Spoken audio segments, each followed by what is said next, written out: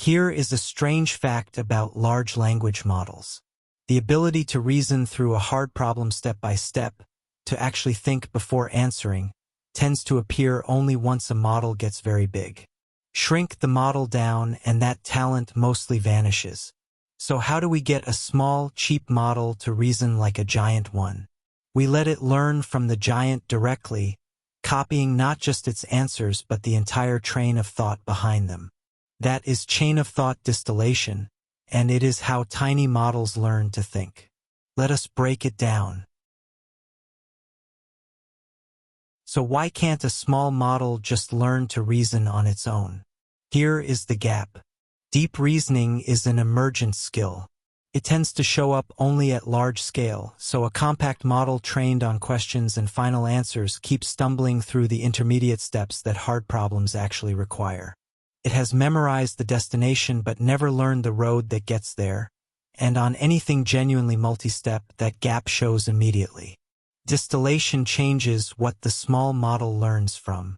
Instead of memorizing answers, it studies a large model's full reasoning traces, the intermediate steps laid out in the open, and learns to reproduce that process, inheriting how the big model gets to the answer, not merely the answer itself. So how does the reasoning actually move from the big model into the small one? Follow it stage by stage. It begins with the teacher. You take a strong, capable model and prompt it to solve many problems with its reasoning fully shown, every intermediate step written out, not just the final answer sitting alone at the end. Next, you gather those traces. All that reasoning becomes a dataset, and here quality matters enormously. You typically filter, keeping the traces that actually reached the correct answer and discarding the ones that wandered off and got it wrong, so the student only ever learns from reasoning that genuinely worked. Then comes the student.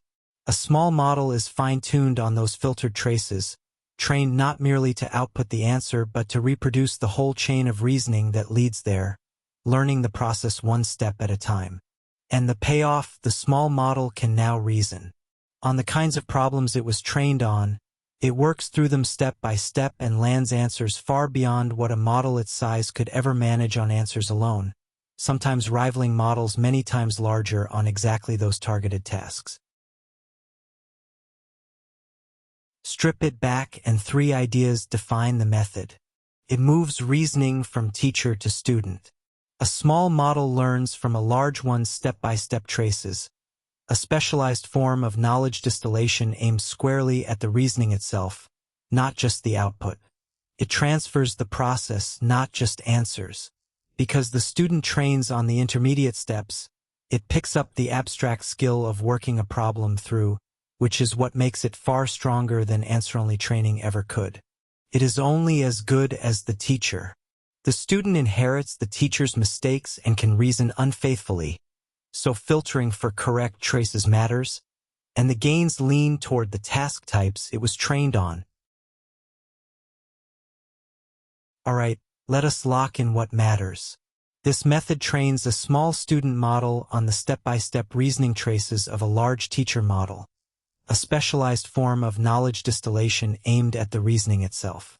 The student learns the process of getting there, not just the answers, and ends up reasoning far better than a same-size model trained only on final answers, sometimes rivaling much larger models on the targeted tasks. It makes reasoning affordable, giving you much of a big model's step-by-step problem-solving in a model small and cheap enough to deploy widely, and the teacher's traces double as synthetic training data along the way. The ceiling is the teacher. The student can inherit mistakes or reason unfaithfully, so filtering for correct traces is key. If watching how modern AI is really built fascinates you, we unpack it every week over at standarity.com. See you there.